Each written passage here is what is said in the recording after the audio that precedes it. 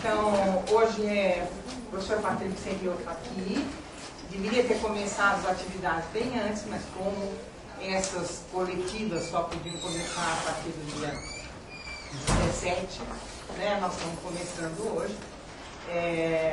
Ele já fez uma primeira atividade, que foi receber alguns alunos para conversar sobre, né, porque nós temos um convênio, né, entre a Universidade de Lausanne e a Unicamp. Em específico, nós temos um tema de tiro dentro desse convênio, que é esse que nós estamos, vamos dizer, praticando aqui, que é sobre o discurso sobre a língua. Desse convênio também faz parte o trabalho que a Carolina está coordenando, que é a da Biblioteca Virtual, que nasceu dessa relação com a Universidade de Lausanne, e a intenção, justamente, porque o professor Patrick Serriot, em Lausanne, ele tem o departamento de linguística eslava, enfim, ele trabalha com as línguas eslavas.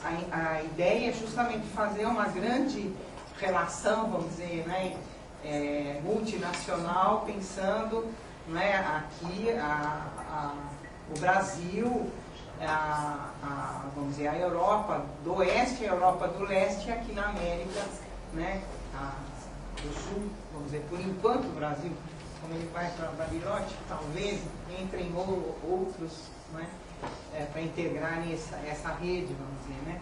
Mas, por enquanto, nós vamos fazer essa biblioteca virtual, quer dizer, a Carolina que coordena e tem... Que já está no ar, vocês já devem saber. Já está no ar. Lá, meu olho. E há alunos aqui presentes que estão colaborando, né?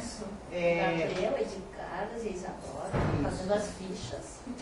Temos 37 obras já escaneadas e 6 já com OCR. E a gente faz a primeira edição da primeira gramática brasileira do português do Juro Ribeiro, de 1880. Não é a primeira do período de gramatização. Da gramatização. A gente sabe que antes já existia. Como sempre, né? Nunca começa onde começa oficialmente. Começa antes.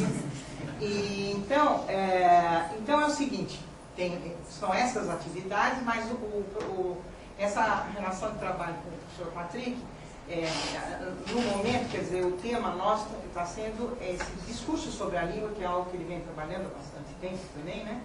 E é nessa perspectiva, que no fundo é de discurso e de história das ideias linguísticas, né, junto, é que, então, ele vai fazer a conferência de hoje, né, nessa perspectiva, e, enfim, vocês todos são bem-vindos, assim como o professor Patrick, que está já trabalhando com a gente há algum tempo. Bom, eu passo a palavra para ele. Algum tempo, bastante, muito tempo. Bastante tempo. Então, 1990. Bom dia. É um grande prazer para mim estar de novo em Campinas. Não é a primeira vez, era na sexta-feira, a sexta vez que estou no Brasil. Para mim é um prazer apresentar o meu trabalho, porque eu acho que a comparação entre domínios que parecem bem diferentes é uma coisa muito positiva.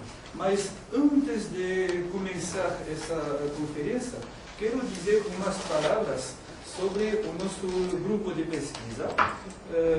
Isso são os arredores de Lausanne, mas Lausanne não é só... Lausanne. Chez nous aussi é Lausanne. Lausanne, não. Lausanne. Qual é a diferença entre português e Portugal? Lausanne é um lugarzinho bem bonito, mas também é uma universidade que vale a pena conhecer. Temos boas condições de trabalho, uma biblioteca não somente virtual, mas real, muito interessante. Temos uma ideologia protestante, uma abordagem protestante ao trabalho, que para mim, eu sou da França, é muito exótico, muito diferente da maneira de trabalhar na França. Para os protestantes, o trabalho, o dinheiro são coisas bem sérias, não é uma brincadeira, mas o resultado é positivo. Então, duas palavras sobre o nosso grupo de pesquisa. Isso, tenho orgulho desse website, porque lá vocês podem encontrar a maioria do que fazemos lá. Por exemplo, as nossas novas publicações. Vocês podem ver, vocês compreendem tudo. Língua totalmente acessível. Não, mas vai ter. Não. Fica no curso, né? Como se diz literalmente. Parce que non des livres, je ne vais pas lire. Non, il fallait lire les noms des livres, peut-être, pour dire justement isso. Tu sais pas Qu'est-ce que c'est, par exemple? Voilà. Isso quer dizer, como é o imperativo do verbo ler, dizer. Leia. Leia. Era o início nos anos 20 da campanha de educação, de alfabetização. Então, quer dizer, leia. O título geral é Linguagem e Pensamento União Soviética, nos anos 20 e 30.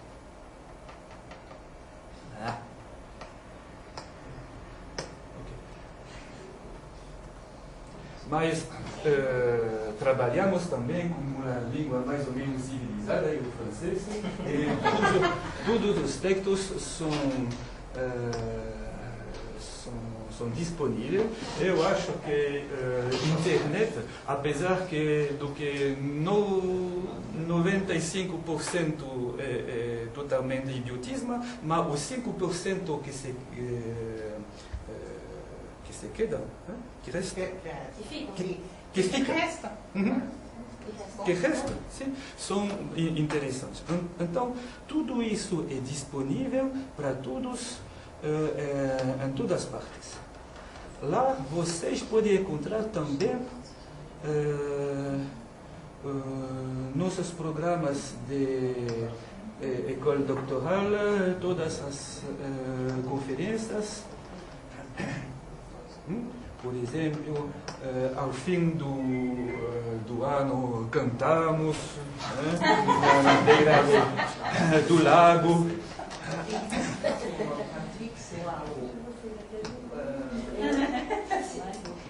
Que aparece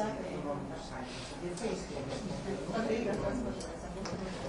Como sempre, perguntam qual é o endereço do site. Sim, vou escrever. Sim.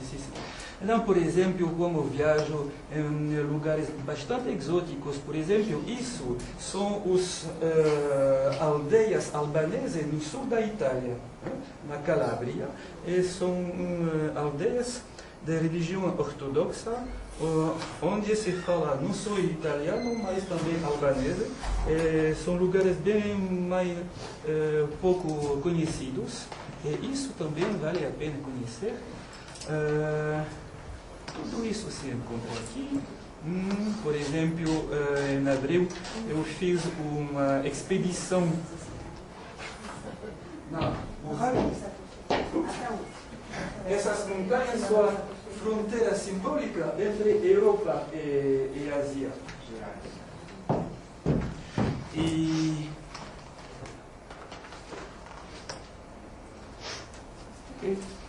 as fotografias são lá, certo? São lugares que é difícil imaginar-se de aqui. A gente precisa deixar a porta aberta.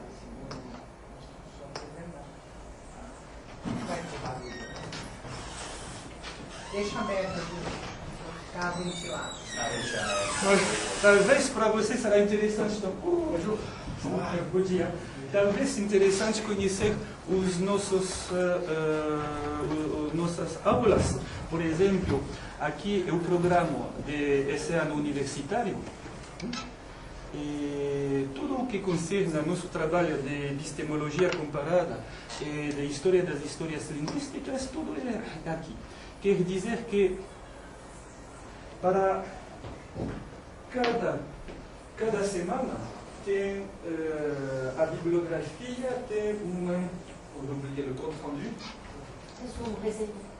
resenha que o estudante faz, e tem aqui toda a apresentação com o computador. Tudo está aberto, é interessante ler isso.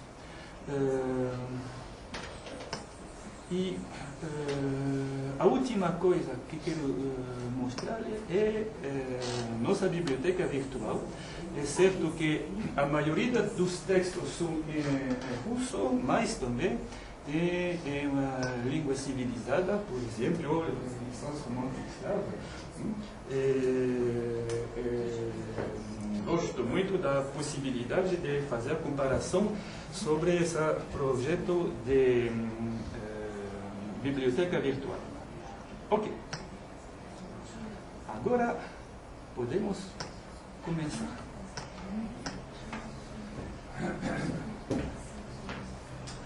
Vamos falar hoje da relação entre forma e conteúdo na história do estruturalismo. O estruturalismo está bem conhecido como uma invenção, digamos, do mundo ocidental nos anos 20 e 30 do século XX. Mas o que quer dizer o mundo ocidental? E, por exemplo, o que quer dizer que Jacobson o conhecemos como o Jacobson de Harvard, de MIT, como an American scholar. Mas Jacobson não é somente an American scholar, mas também um linguista russo, e gosto de mostrar que essa ciência da Europa do Leste tem especificidade que vale a pena conhecer. Então, começamos.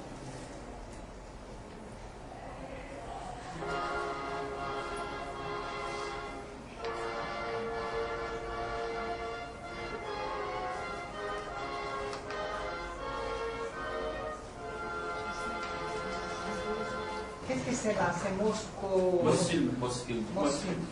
Isso não tem nada a fazer com tudo que vamos falar, é somente para os velhos da minha geração, para uma remembrança dos filmes soviéticos, e para os jovens, e para conhecer essa realidade soviética.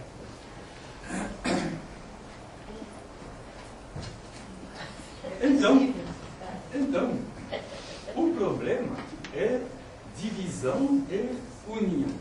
O relativo é as origens desconcertantes do estruturalismo na filosofia religiosa russa. É um pouco desconcertante. Mas a vida sem desconcertante não vale a pena. Ok. Então, gostaria de saber, para vocês, o que quer dizer o estruturalismo? Em 2, 3 palavras, o que é o estruturalismo? Carolina. Diga-me, responde.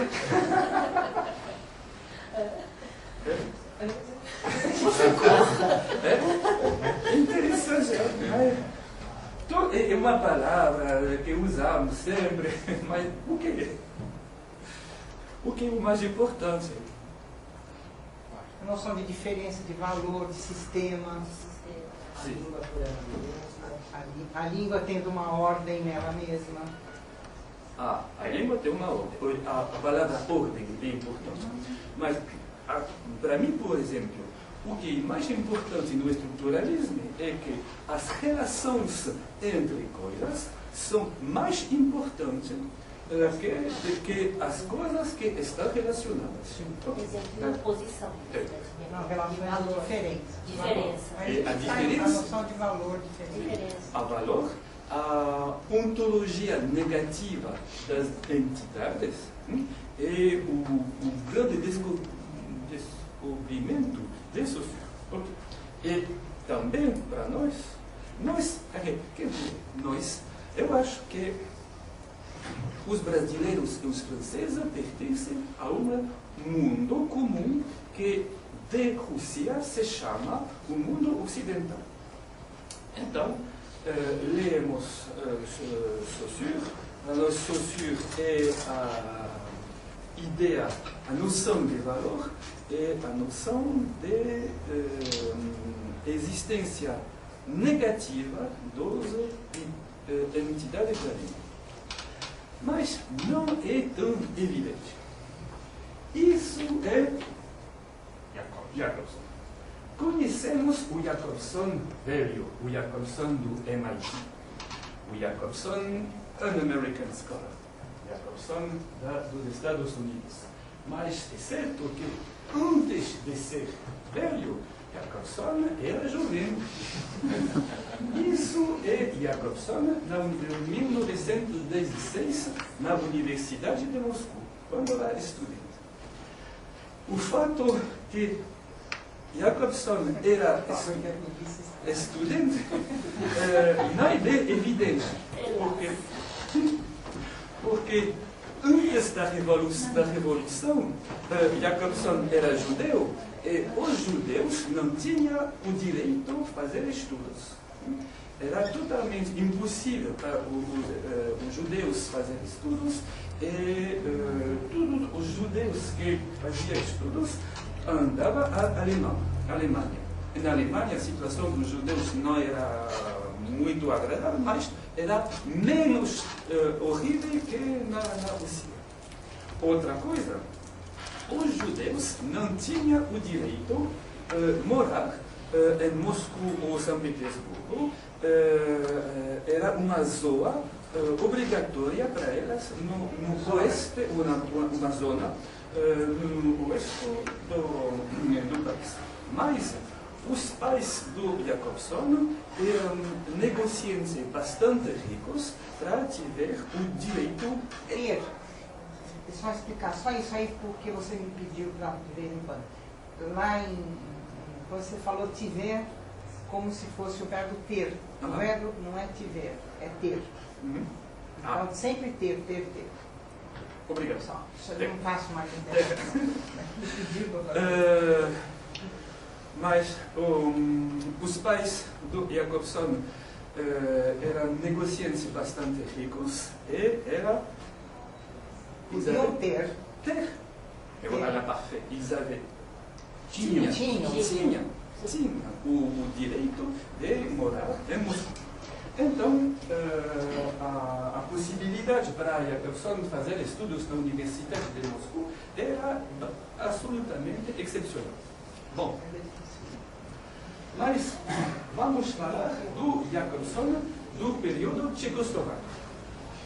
Isso é Jacobson em 1927 a Praga.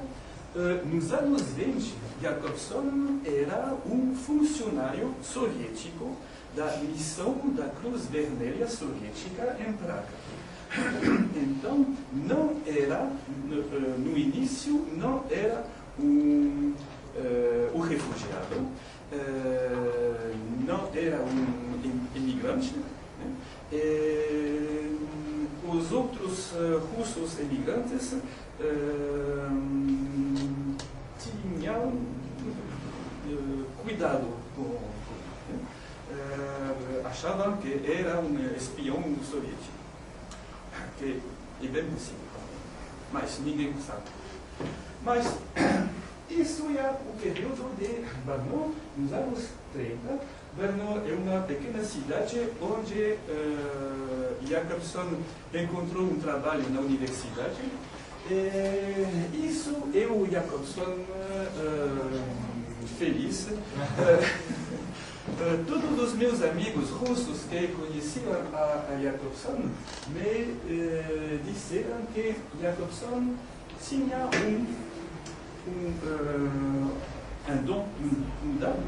um dom genial para beber vodka e não tive problema. Bom, ok. O que é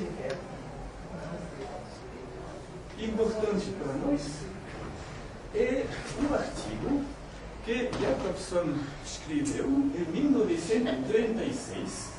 Drei zu allgemeinen Kasuslehre, Gesangbedeutungen der russischen Kasus. Em russo, na declinação, como em latim, tem 6 casos declinação morfológica. Para Jacobson tem 8, mas isso não é importante. O que é importante é que Jacobson, para cada caso da declinação, faz um desenho especial, um esquema. Isso quer dizer, em primeiro lugar, que a definição dessa entidade morfológica como um caso da declinação é independente dos outros. Não recebe uma definição negativa, relativa, mas totalmente positiva. E a segunda posição que é ainda mais importante é que Gesamtbedeutung não é Hauptbedeutung. Gesamtbedeutung é uma significação, o sentido essencial. Não é o sentido principal, Hauptbedeutung. Então, isso quer dizer que para cada forma da morfologia da declinação tem um sentido único, que não é o principal, não é o geral, mas o sentido essencial. E todos os outros sentidos que certo tem, não são exceções. Porque se você acha que o que não entra no sentido essencial é uma exceção, quer dizer somente que vocês são linguistas ruins, que você não entenda nada, porque na língua não tem exceções. Por quê? Porque a unidade da forma é a base da unidade do conteúdo. Isso é fundamental. Para cada forma tem um conteúdo único. E, como consequência, não tem exceção. O que é um mundo científico sem exceção?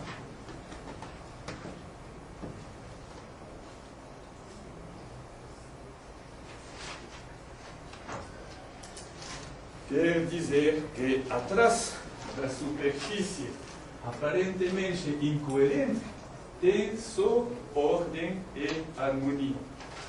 Mas cuidado, não é a mesma ordem que na bandeira brasileira.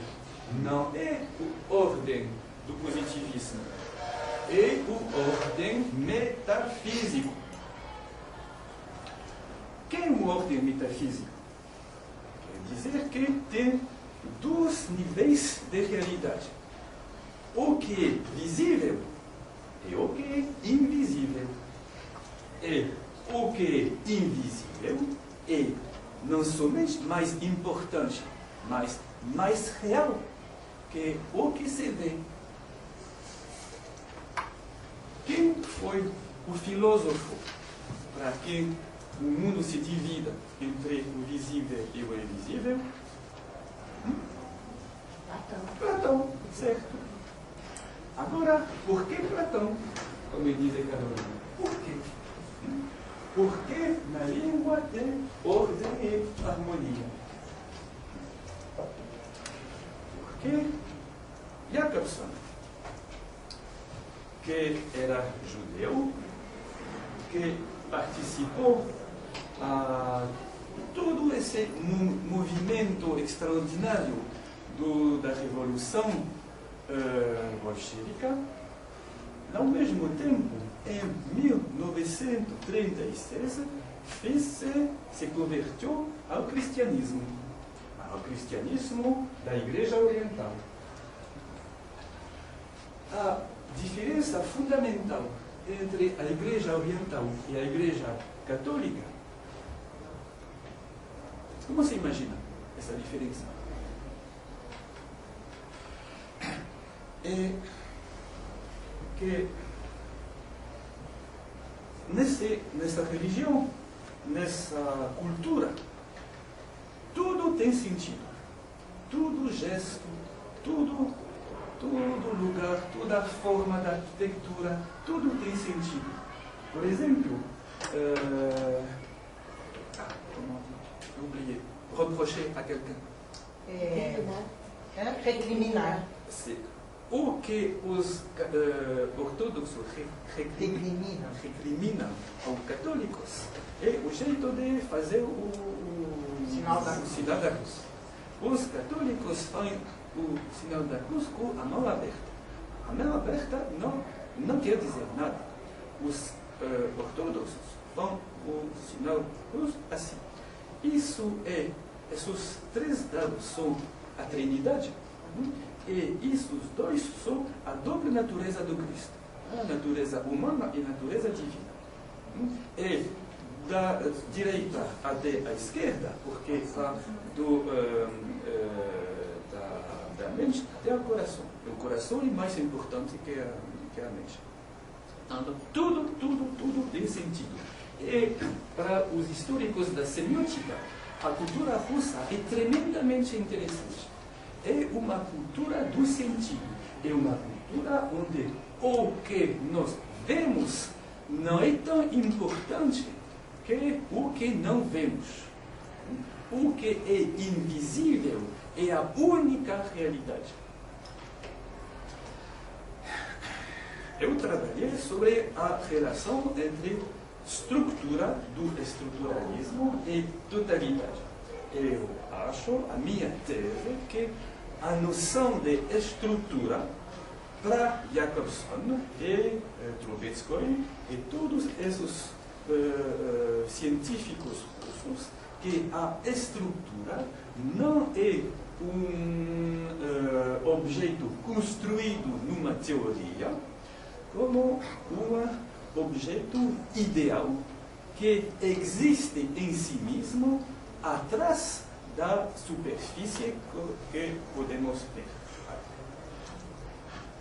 Então, tenho outros argumentos para mostrar que, na verdade, para Jacobson, para o grande pensador do estruturalismo, o fundamento da sua teoria é a ordem e harmonia da cultura da Igreja Oriental.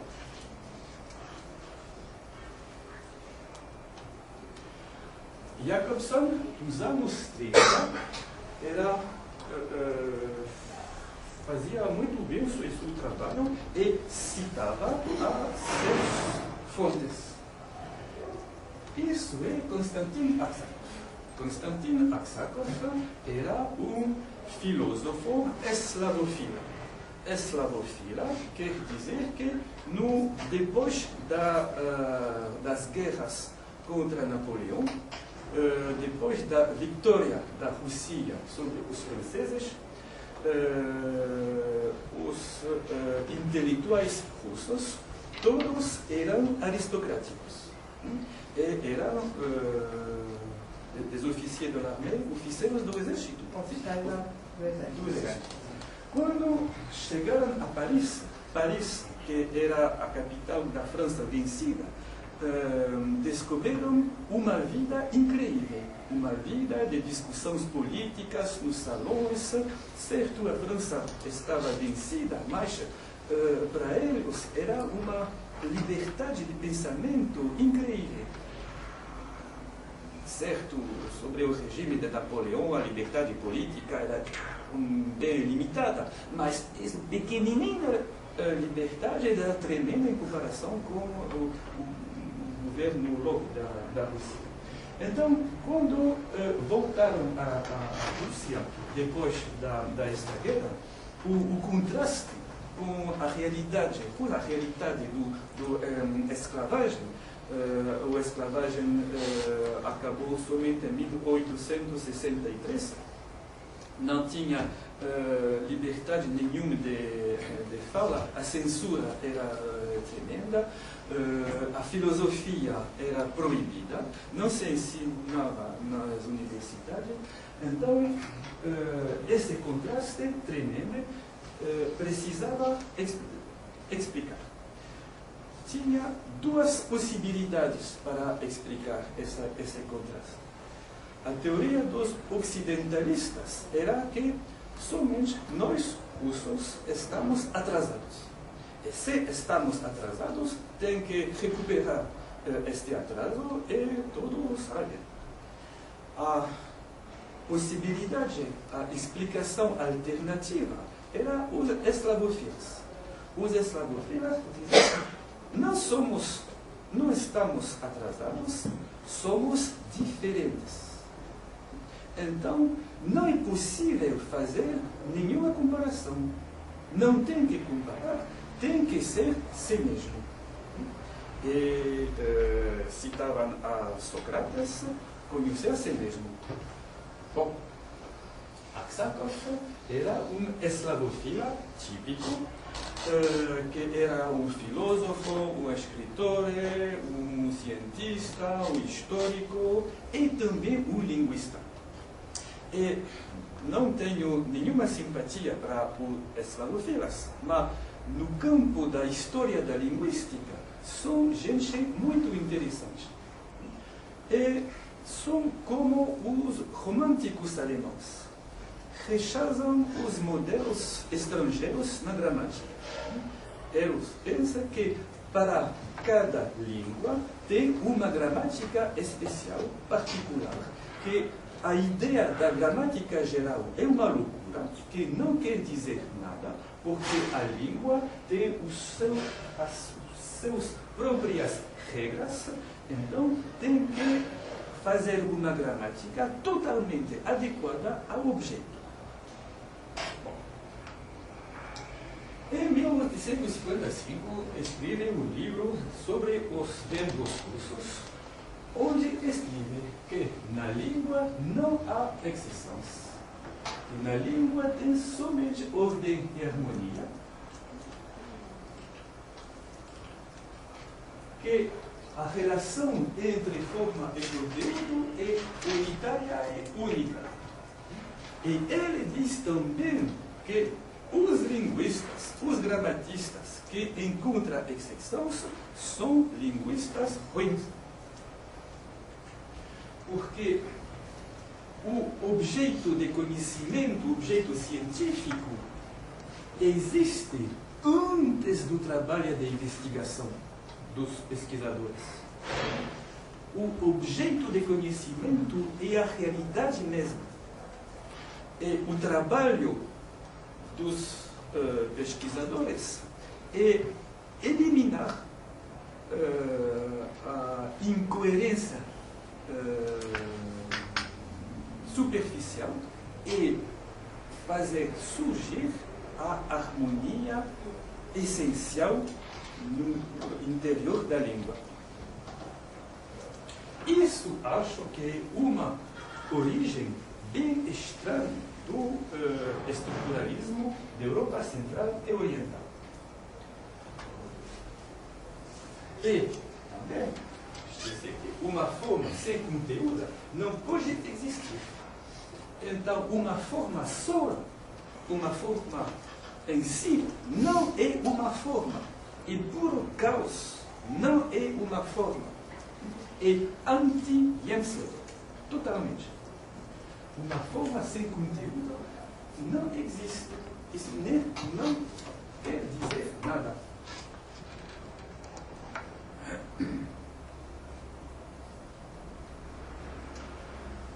O segundo linguista que quero apresentar é Alexandre Potemkin. É mais o filósofo da linguagem que é o linguista. Em 1872, escreve Pensamento e Linguagem. Pensamento e Linguagem. Que queremos, com os meus colegas, fazer a tradução desse livro. Pensamento e Linguagem, o título quer dizer tudo. Qual é a relação intrínseca entre pensamento e linguagem? E Potemkin fez uma adaptação do pensamento de Humboldt, da ideia da forma interna, Mas em Humboldt podeis encontrar a forma interna da língua, e aqui é a forma interna da palavra, que tem uma pequena diferença. A forma interna da palavra. Então, exemplo, prezados colegas, isso é um trem. Bom, o que é um trem? A palavra trem em português, o train em francês, tem a origem no latim traere. Quer dizer traer. Então, quando vocês entram no trem, na sua cabeça tem a ideia que você está trazido pela locomotiva. Porque o pensamento dos falantes de português ou de francês tem inconscientemente, na forma da palavra trem, train, a ideia de ser trazido.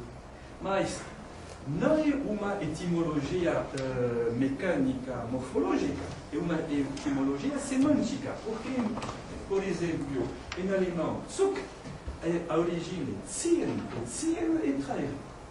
Sim? Acaba a explicação, tem uma pergunta. Bem, eu já interrompi. Você falou de pensamento e linguagem, e a Zig traduz por língua, né? Como é que você está lidando com a história de língua e linguagem, langage, para efeito disso? Imagino que você vai falar disso em seguida no Voloshinas também. Sim, certo, mas em russo não tem diferença. Língua e linguagem é a mesma coisa, é Yazig. Então, para nós que falamos línguas neolatinas, a diferença entre língua e linguagem é bem clara, mas em russo isso não existe, como em inglês, como em alemão. Mas depois vamos voltar a esta questão de língua e linguagem. Mas... Você traduz esse título para pensamento e linguagem? Por que não para pensamento e língua? Mas é impossível responder a esta pergunta, porque pensamento e língua, ou pensamento e linguagem é a mesma coisa. Para nós não é a mesma coisa, mas pensamento e língua e linguagem ao mesmo tempo.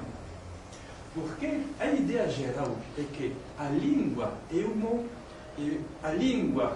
a palavra, a língua e a fala é a mesma coisa. Então, tudo o que se pode dizer na língua e tudo o que se diz realmente é a mesma coisa. A língua é um texto tremendo. A língua é o total do que se diz. Então, a semântica da fala e a semântica da língua é a mesma coisa. A língua é o total, a totalidade do que se diz atualmente. E o que se diz e o que se pode dizer para poder ganhar é a mesma coisa. É tipicamente um problema humboltiano. E o último exemplo, vlak em tcheco, vlak vem de vlachet e também quer dizer trazer. Então, todos os que moram na Europa Ocidental e Central, que falam essas línguas, têm a mesma forma interna da palavra. Mas os russos são diferentes, porque em russo o este tem origem no outro verbo, que é yezdit. Yezdit quer dizer andar. Então, quando os russos entram no trem, não são trazidos, mas ao contrário, são dinâmicos, porque vão andar. Também em paralelo com o trem. Isso é o princípio de raciocínio do Potemkin e da ideia da forma interna da palavra. A forma interna da palavra é o conteúdo que é totalmente ligado com a forma. A forma existe em nossa cabeça porque somos falantes de uma língua particular. não é original, é tipicamente a linha de pensamento de Humboldt, é o início do neo-humboldtianismo, porque Humboldt era ainda um homem das luzes. Humboldt queria a humanidade, queria a diversidade, muitas línguas, quer dizer, a humanidade é muito rica, mas para eles o que é mais importante é a relação de determinismo. Não podemos pensar fora da nossa língua. Nossas categorias de pensamento pertencem somente às formas da língua. E isso explica porque não tem diferença entre forma e conteúdo. É o mesmo.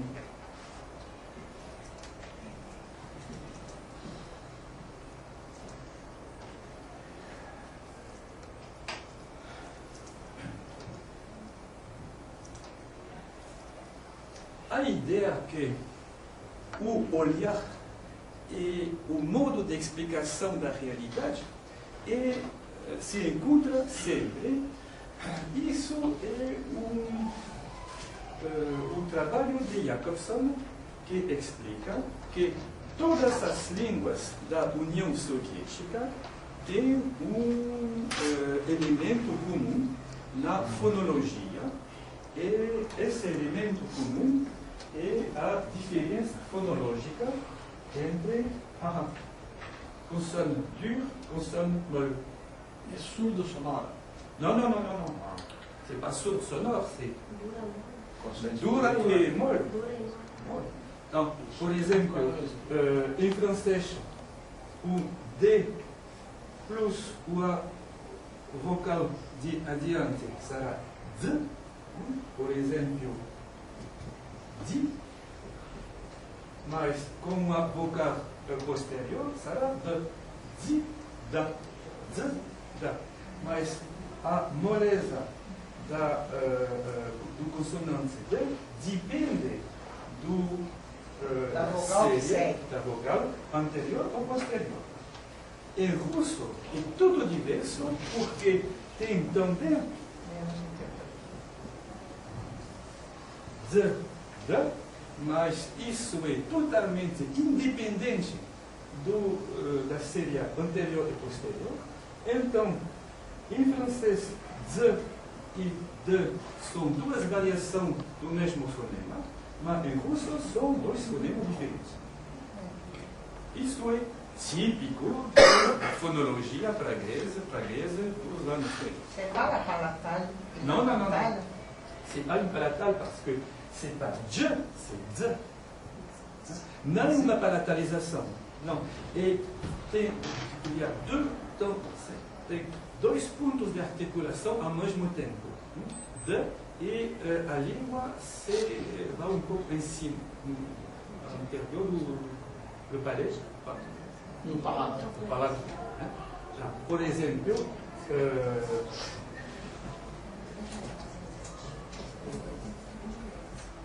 toc, toc, toc, toc. Não é choc. Choc é uma palatalização. Toc, toc, é a mulher. Bom, isso é perfeitamente claro, tudo sabe. Mas a conclusão de Jacobson é interessante. Jacobson diz que isso é a União Soviética. Isso, por exemplo, é o lituano e letão. E lituano e letão têm essa correlação de moleza, mas também tem a correlação de tonalidade. Em russo tem a correlação fonológica de moleza, mas não de tonalidade. Aqui é o japonês e o vietnamês. Em japonês e vietnamês também tem a correlação de moleza, mas tem a politonia. Então, todas as línguas que têm a correlação de moleza, mas não a correlação de politonia, são línguas da União Soviética. E ele diz, olha, o fato que no norde-oeste e no sudeste desse grande território tem duas uniões de línguas com correlação de politonia, não é por acaso. Não é por acaso. Tem uma relação de simetria.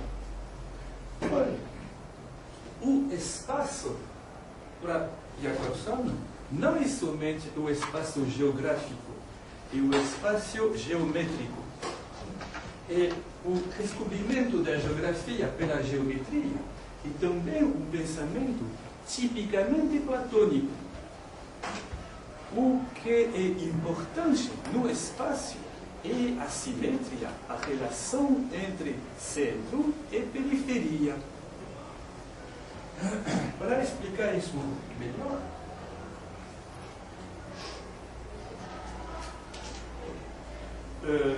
Jacobson era bem ligado com Piotr Savitsky, que era um geógrafo que trabalhava com ele em Praga. E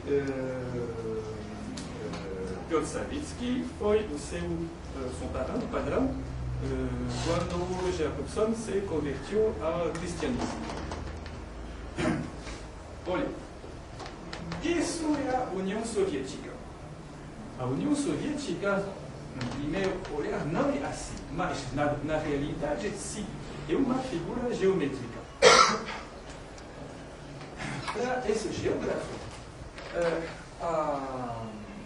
no centro da União Soviética tem 4 zonas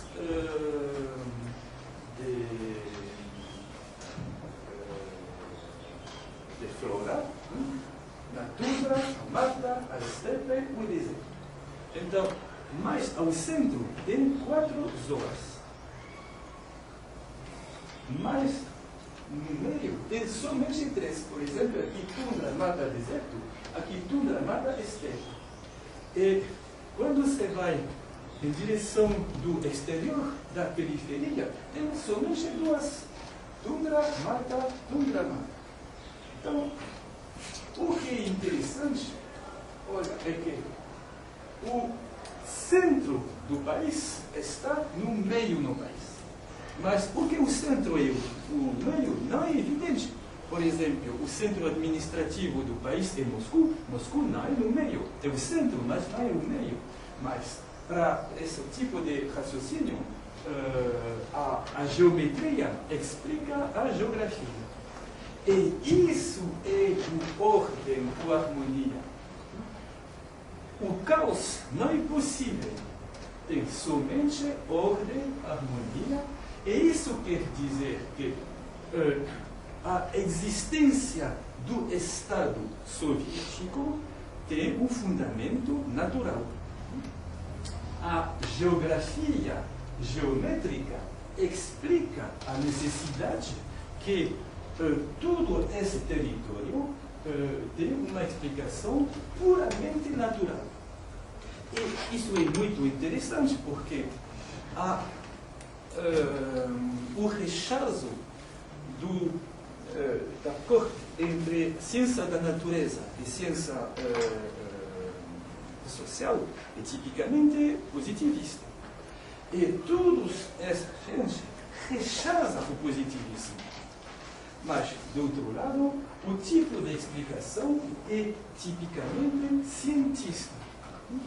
A justificação da existência política do Estado é fundada na natureza.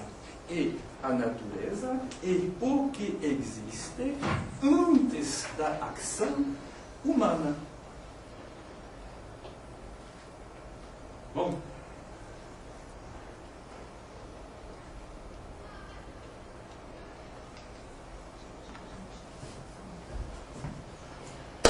segunda parte.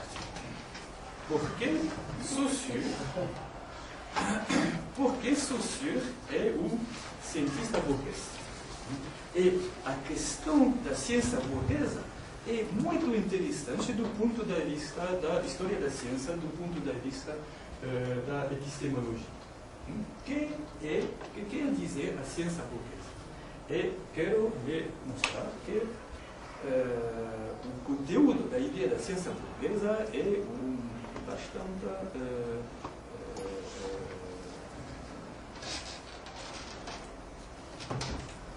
imprevisto.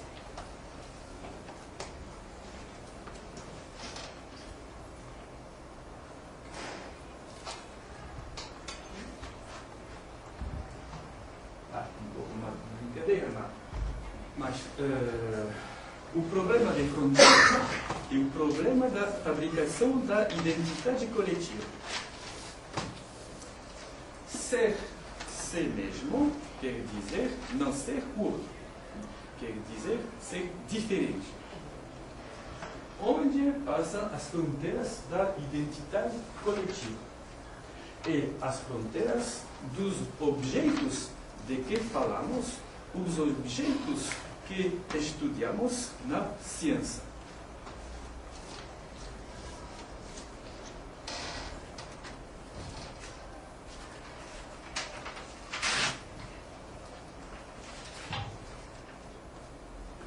Eu fiz um trabalho de comparação na recepção de Saussure para os linguistas soviéticos e Jacobson. É o mesmo. O mais importante, o tema geral, é que Saussure é uma linguística da separação. Então, é uma linguística ruim. A boa linguística é a linguística da reunião. Isso é isso. Ao mesmo tempo, Jacobson é a linguística soviética dos anos 30. A primeira tradução de Saussure era em 1933, até a fim da União Soviética. Então, o paradigma é separação-reunião. Isso são os temas gerais. Na Saussure, rigorosa delimitação, a boa linguística é interação. Oposição absoluta, compenetração. Isolamento, separação, procedimento multilateral da linguagem. Demarcação, estudo global e sintético da língua, a linguagem na sua complexidade. Isso é muito importante. Sintético, a síntese é contra a separação. E a ideia de complexidade. Se o objeto de conhecimento é complexo, então o método de conhecimento é também complexo. Limites precisos, fronteiras confusas e áreas de transição. Territórios impenetráveis e reciprocamente não redutíveis. Adequação à natureza autêntica dos fatos da linguagem. Adequação, natureza, autêntica são palavras-chave. É totalmente oposto à ideia da pertinência em Saussure. Não tem pertinência, tem os fatos, a natureza autêntica, a essência do linguagem. Você conhece o texto de Jacobson, The Essence of Language. É um vocabulário essencialista. Tem em Saussure o mesmo escândalo que para Emmanuel Kant. Tem as antinomias. Saussure é o homem que desliga a língua do tempo. Mas acredito que aqui tem um mal-entendido sistemático, quer dizer, confundir a sincronia com uma diacronia curta. Budapest era professor de Linguística Geral na Universidade de Moscou até o fim dos anos 80.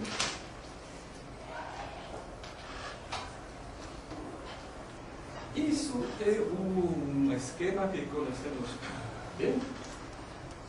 É a metáfora da Atlanta.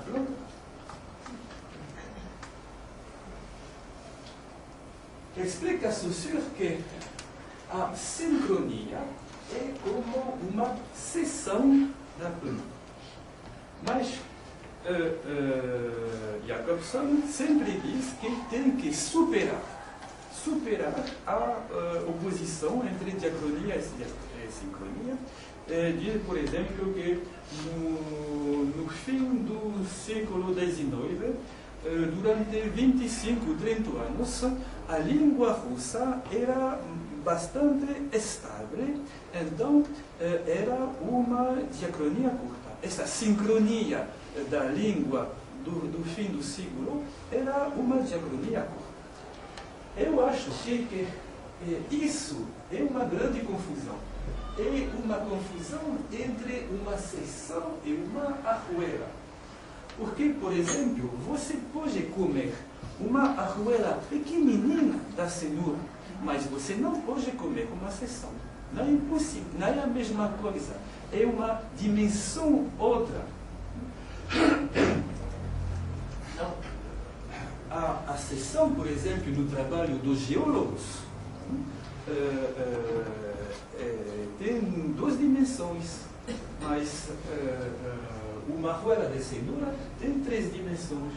E não entender que a seção, que a sincronia é um modelo, que não é uma coisa, que não é o que se pode descrever, que se pode entender, para mim é um regresso científico. É isso mesmo que Jacobson, que conhecia muito bem Hegel, que sempre falava de predomínio, quer dizer, Aufhebung, surpassar. Tem que surpassar as antinomias de Saussure e o mesmo trabalho do que Hegel contra as antinomias de Kant. Tem que surpassar. E o resultado desse surpassamento é a confusão. Superação. Essa superação é uma confusão entre esses diferentes pontos de vista. Porque uma linha não tem largueza e um plano não tem profundidade. São dimensões diferentes. O outro tema bem importante no rechaço de Saussure por Jacobson e os seus colegas soviéticos é o grande paradigma romântico da vida e morte. Certo que a vida é melhor que a morte. Tá bom? Sim, mas na linguística é outro problema. Então, isso é a imagem geral do Saussure. O Saussure é o homem, o linguista que trabalha com a morte, que não entenda a vida real da linguagem. Saussure é o linguista que trabalha somente com abstração. E a abstração não existe. Então, Saussure fala do que não existe realmente, na verdade, na vida. É tipicamente o paradigma romântico.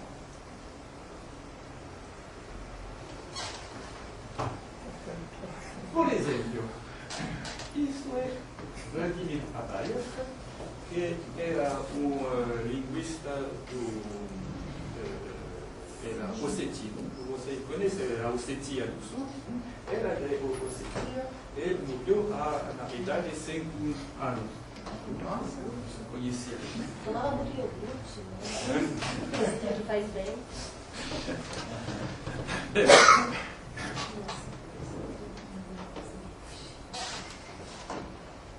Eu conhecia, ou me contou a a situação nas ruas na Tbilisi em 1917 é incrível. Então, o herói para todos esses gêneros é Humboldt. E essa diferença entre Humboldt e Saussure tem que ficar na cabeça. Para ele, em 1934, escreve que o estruturalismo saussuriano é similar à arte moderna, que expulsa o homem do campo do conhecimento. A linguística saussuriana estuda a linguagem, ou a língua, em si mesma e por si mesma, separada do homem que a fala. Separada, e aqui também ainda temos esse tema de a separação como o pior catástrofe. Humboldt, de uma forma ainda embrionária, com o estudo da forma interna da linguagem, aproximou-se da linguagem como ideologia. Mas, cuidado, isso é também importante para todos vocês. A ideologia é, como por Althusser, como por Marx, da ideologia alemã de 1846, a ideologia é uma falsa consciência. Acreditamos que fazemos coisas por essa razão, mas na realidade fazemos por outras razões. A ideologia como consciência falsa.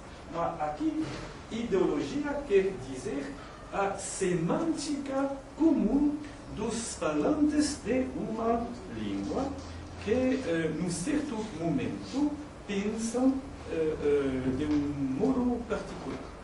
A ideologia, vamos depois que a ideologia é parte da superestrutura, e a superestrutura é tudo o que se pode pensar para um grupo que tem uma experiência de vida comum e que fala a mesma língua. Jacobson tem leituras bem estranhas. Jacobson cita Joseph de Maistre. Joseph de Maistre é um grande filósofo reacionário, anti-revolucionário, da período da restauração, depois do fracasso da Revolução Francesa. É a mesma geração que Louis de Bonald ou Edmund Burke em Inglaterra. Essa gente rechaça os valores jacobinistas da Revolução Francesa. Então, não falemos nunca de acaso nem de signos arbitrários. Jacobson escreve isso nos anos 30, mas também em 1980, no seu último livro, Os Diálogos com Cristina Pomorska. E acho que não é por acaso que ele diz que não tem acaso, não tem signos arbitrários, e é exatamente o contrário das linhas gerais do pensamento de Saussure. Não tem acaso, não tem arbitrariedade.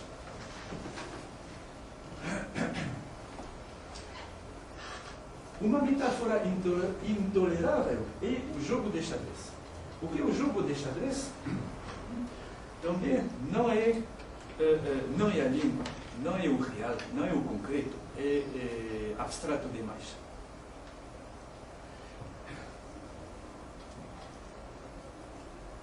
É Budalov, nos anos 60, 80, na Universidade de Moscou, escreve: o jogo de xadrez não conhece diferenças nacionais. As regras são as mesmas para todas as nações. Ao contrário, cada língua natural se baseia não somente sobre categorias universais, mas também sobre categorias nacionais. O que é aqui em questão é o problema de conhecimento, o problema de que nós conhecemos. Conhecemos a totalidade dos fatos empíricos de uma língua particular, ou podemos construir um objeto de pensamento. E o problema é esse objeto de pensamento que estamos construindo é uma coisa ideal, quer dizer, uma ciência burguesa, ou objeto construído, que isso será modelo.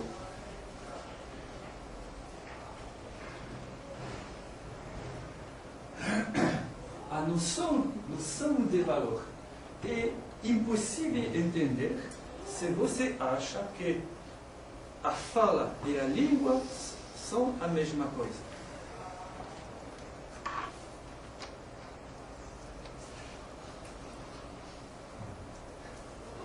Isso também é um esquema que conhecemos do curso de linguística geral.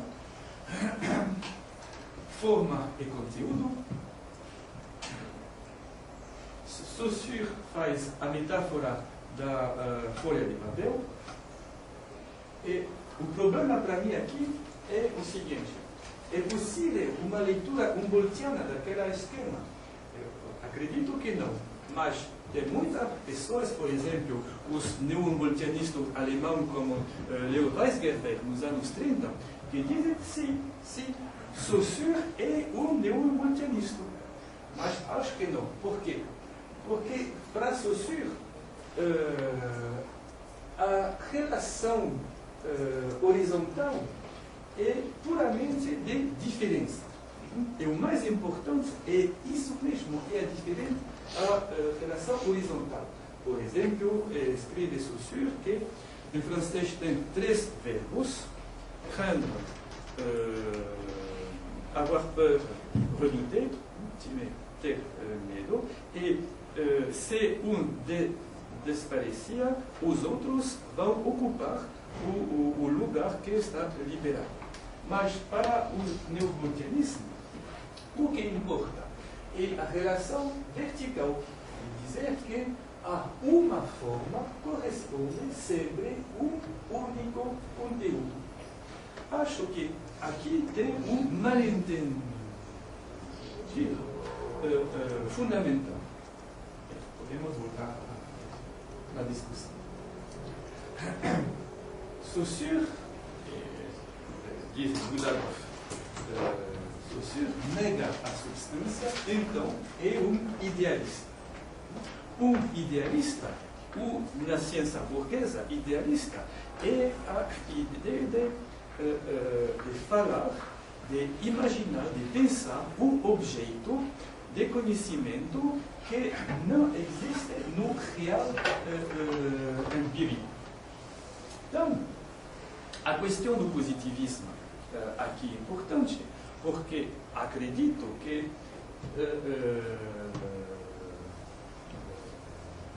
dizer que Saussure é um idealista é uma posição que se pretende materialista, mas que na verdade é tipicamente do positivismo empírico. Então, tem para essa gente, para Jacobson e Budapest e os outros, o ideal de correspondência ou adequação entre o conhecimento e o objeto a ser conhecido. O objeto é complexo, então a descrição científica tem que ser também complexa.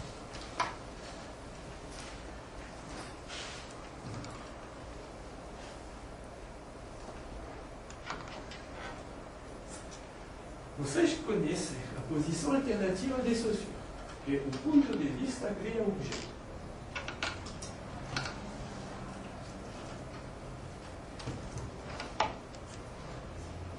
O ponto de vista cria o objeto não quer dizer que o objeto é pura imaginação, mas é objeto de conhecimento, não é objeto empírico. E isso é a diferença.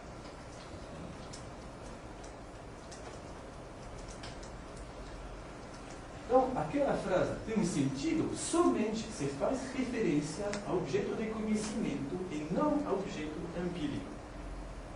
E se não entender essa diferença, então temos a abordagem contrária, que é o objeto que cria o ponto de vista. Então, o mais importante hoje, agora é a questão do modelo. O modelo para Platão é o que se imita, mas o modelo na teoria do conhecimento de que fala, o modelo é o que imita, não o que se imita, mas o que imita. O modelo é uma construção que faz possível o conhecimento. Não é possível conhecer o tudo do linguagem. Não é possível conhecer o tudo da fala. Mas, por exemplo, não é possível fazer uma descrição total de todos os sons, os sons da língua. A fonética é uma ciência desesperada, no sens do desespoir. Porque não tem fim a fonética. Mas na fonologia é outra coisa. O fonema existe somente na teoria, ou na cabeça dos fonólogos. Os sons não precisam os fonetistas para existir. Mas os fonemas, sim, o fonema é um objeto construído dentro da teoria. Se dizer que o fonema, a fonologia é uma ciência idealista, é o igual que dizer que Saussure é um cientista idealista, ou uma ciência burguesa. Agora, tenho que dizer umas coisas sobre um personagem que é muito importante. Stalin, em 1950, escreve o livro Marxismo e Questões de Linguística. É muito fácil encontrar, foi traduzido em todas as línguas do mundo.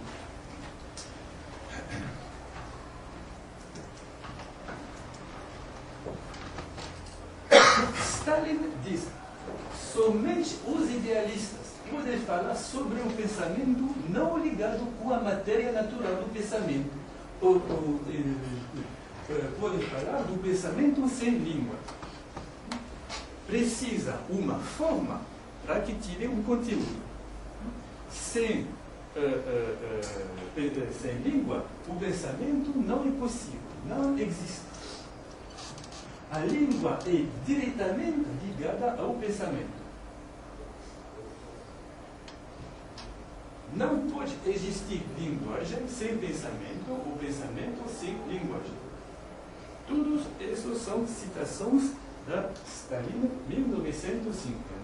Era um livro contra a linguística marxista, que também dizia que não tem pensamento sem linguagem. É outra coisa. Ok. Então, a ligação obrigatória entre pensamento e linguagem. Agora, isso é Alexei Lossiev. Alexei Lossiev é um filósofo platonista,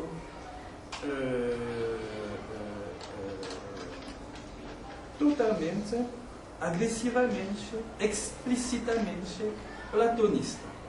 Foi em prisão umas anos, mas não tão longe, e continue a ensinar numa pequena universidade não longe de Moscou, até o fim da sua vida, nos anos 70. O que diz Alexei Lossiev? Em um livro que se chama Coisa e Nome, 1921. A separação entre nomes e coisas é o resultado aflitivo da obscuridade horrenda e do vácuo espiritual da Europa burguesa, que criou um tipo de cultura mais abstrata e sem ânima.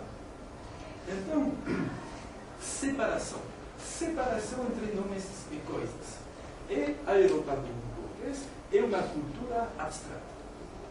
Ainda mais, é o mesmo tipo de pensamento. A separação entre forma e conteúdo é o fracasso é a verdadeira ciência e a ligação entre forma e conteúdo.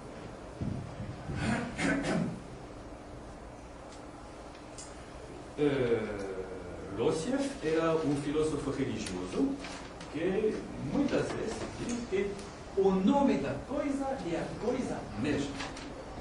Não tem diferença entre o signo e a coisa, porque o signo é a coisa mesma. O que isso quer dizer? É a questão do exicasmo.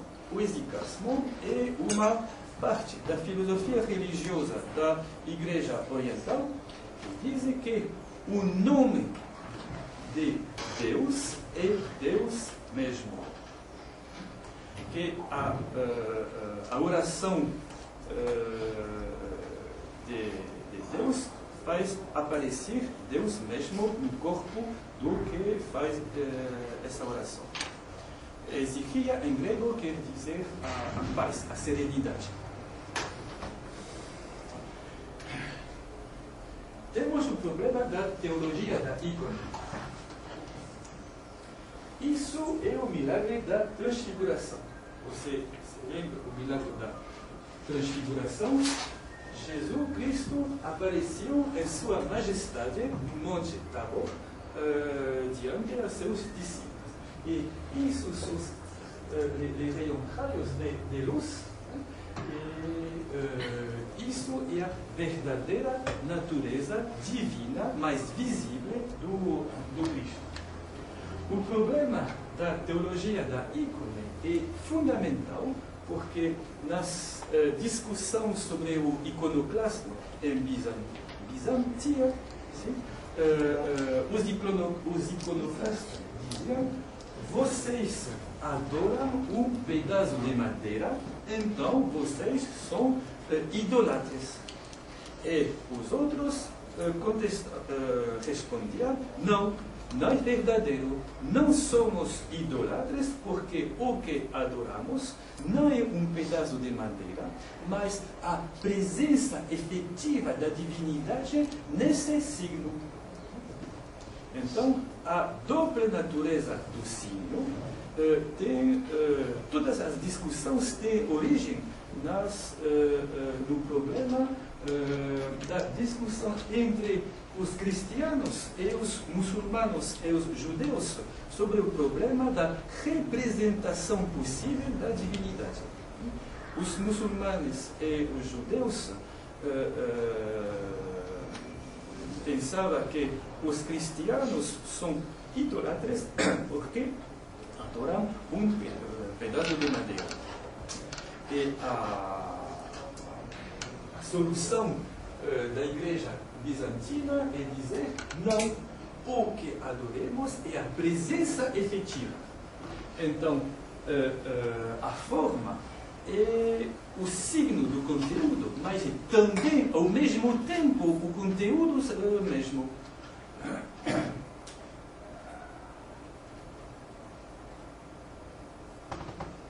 No século XIV, a discussão era bem importante sobre o problema da luz do Monte Tabor. A luz do Monte Tabor é o signo da presença de Deus ou a presença de Deus mesmo. É a teoria de Santo Gregório Palamas. Repito, essa luz é o signo, é uma outra qualidade ou a presença mesmo.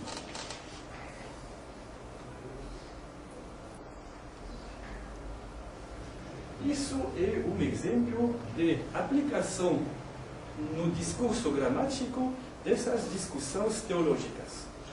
Isso quer dizer Deus, mas com uma abreviação que vem do alfabeto hebraico.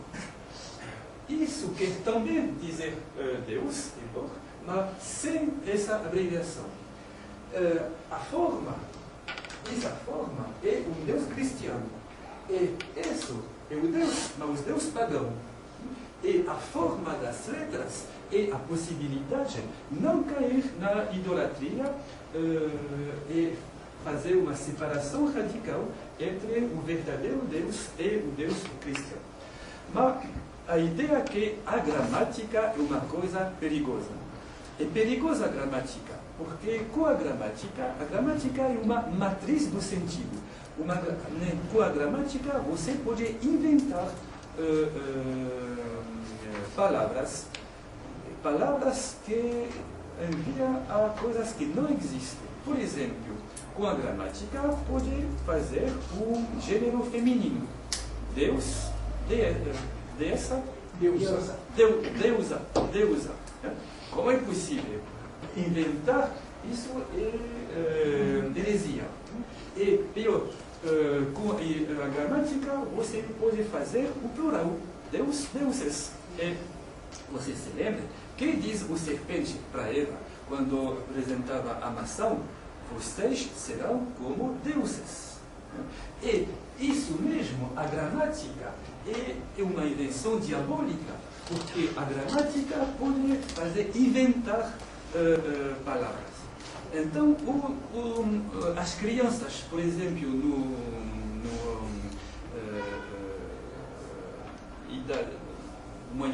medievo, na Idade Média, não aprendia a ler e escrever com a gramática, mas aprendia por coração o Decor. o psalteiro. Os salmos. Os Psalmos, sim. O livro de Psalmos. Somente decor, sem conhecer a gramática. A gramática foi introduzida na cultura da Europa Oriental muito tarde, no século XVI, XVII, somente na parte do país que pertencia à Lituânia, Polônia, mas não à Moscovia. Só uma coisa, quem diz isso tudo? Quem diz? É quem diz isso tudo que você está dizendo? Quem diz? Os intelectuais dos monastérios deste tempo. Os intelectuais que eram os únicos que sabiam escrever e ler, que eram religiosos ou monacos. Os únicos que, sim, por exemplo, Ivan o Terrível escreve: eu nunca li livros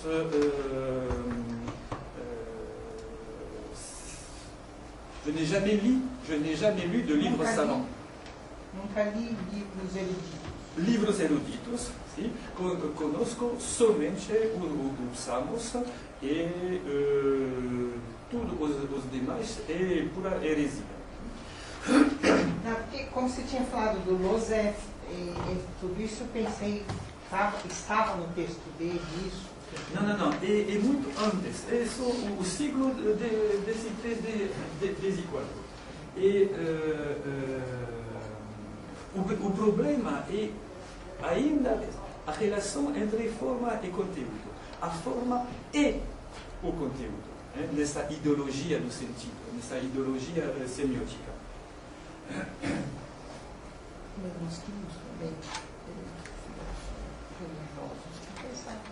Agora, voltamos ao século XX. Sergei Bulgakov é um filósofo religioso russo que foi expulsado para Paris em 1922 e para ele o nome de Deus é Deus mesmo. Mas o problema é que os russos são os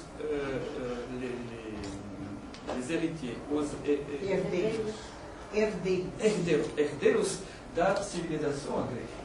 Em grego, se diz: todo Theo onoma Theos esti. Onoma o nome do Theos de Deus, esti é Deus. Mas sem artigo, porque no sintagma atributivo não precisa o artigo.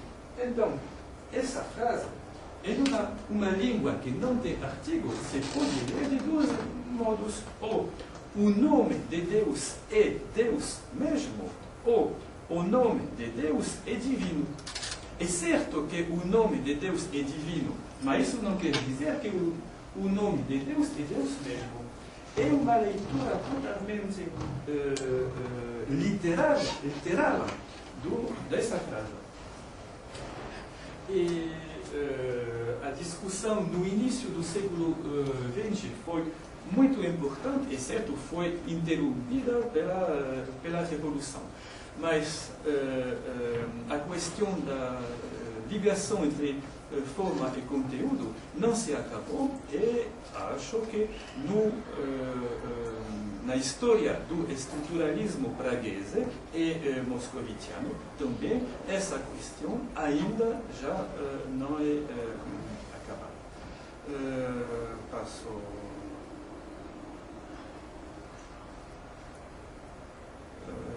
A questão é o logos e o verbo encarnado.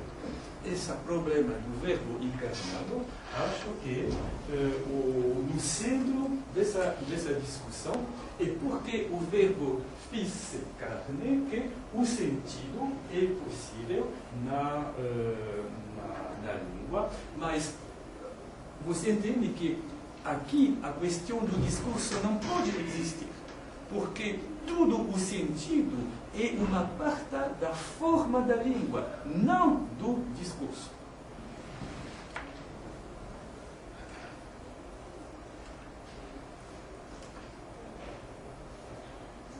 A palavra introduzir é a palavra. Slovo quer dizer logos, quer dizer palavra, mas como traduzir isso? A palavra slovo é ao mesmo tempo a palavra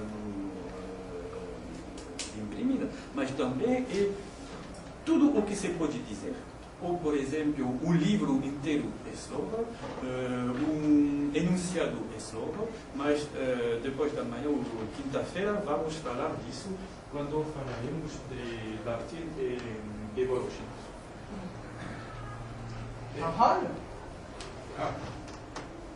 De vez em quando, mas também parole, discours, énoncé, enunciação, mot. Isso é o Evangelho segundo São João. E que diz São João? Que em princípio era verbo russo, slovo. E diz São João, en arche, en o logos. O que quer dizer que en arche, en o logos em princípio? Em princípio não é o início.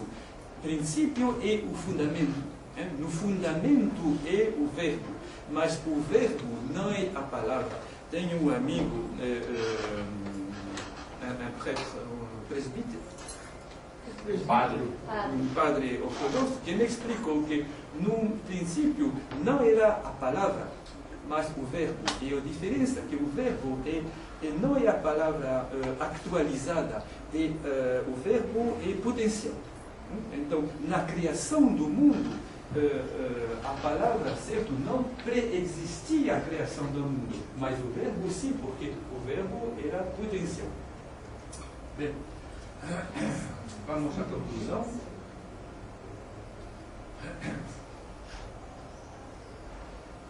Forma e conteúdo. Isso era no túmulo egipciano. Nesse túmulo egipciano, por exemplo, não tinha um leão inteiro, mas um leão cortado em dois.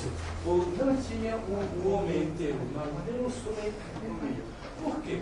Porque a forma, sendo a mesma coisa que o conteúdo, o leão pode ser perigoso para o morto. Pode baixar da parede e comer o morto.